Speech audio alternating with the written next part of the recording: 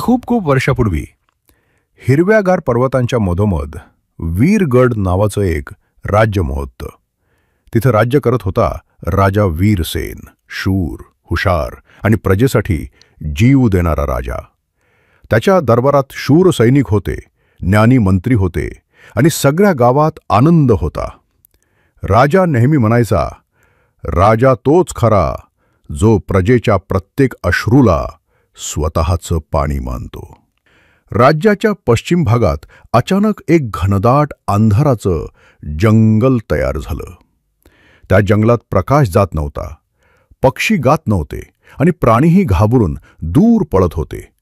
लोक म्हणायचे, तिथं एक जादूगार राहतो जो प्रत्येक माणसाला पाषाण बनवतो. गावकरी भीतीने घराबाहेर येईनासे झाले. शेतकरी शेतावर जाऊ शकले नाही. संपूर्ण राज्यात भीतीचं सावट पसरलं. राजा वीरसेनला खूप कळालं वर्षापूर्वी की त्याची प्रजा भीतीनं जगते. त्यानं मंत्र्यांना बोलावलं आणि ठामपणे सांगितलं, मी राजा आहे, मीच त्या अंधारात जाईन, मी त्या जादूचं जंगल पार करून सत्य समोर आणीन. सर्वांनी विरोध केला, पण राजा ठाम होता. त्यानं आपली तलवार, ढाल आणि राज्याचा पवित्र नकाशा घेतला आणि एकटाच जंगलात निघून गेला. जंगलात पाय टाकताच काहीतरी विचित्र वाटलं. झाडं एकमेकांशी कुजबुजत होती. झाडांच्या फांद्या हळूच हालत होत्या. दूर कुठेसे संगीतासारखा आवाज ऐकू येत होता. राजा तलवार सज्ज ठेवून चालत गेला.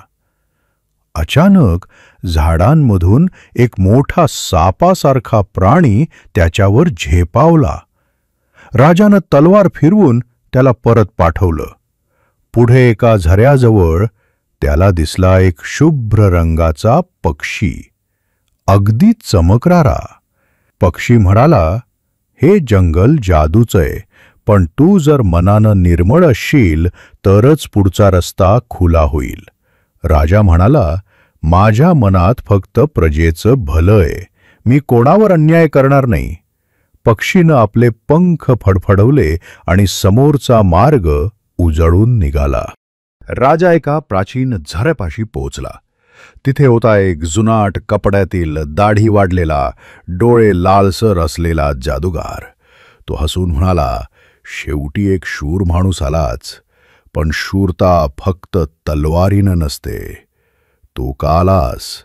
राजा म्हणाला, मी माझ्या लोकांसाठी आलो आहे, तुझी जादू, भीती हे सर्व संपवण्यासाठी. जादूगार शांत झाला. तो म्हणाला, तू परीक्षेत पास झालास.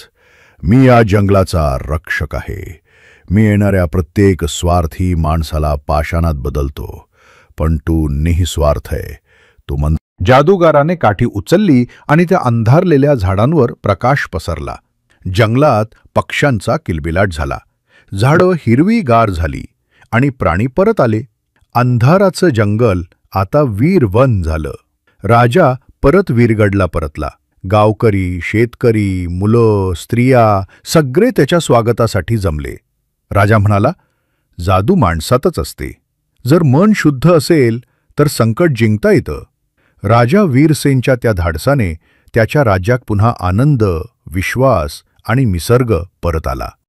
शिकवण: शूरता म्हणजे तलवार चालवणं नाही, तर निस्वार्थ होऊन लोकांसाठी उभं राहणं.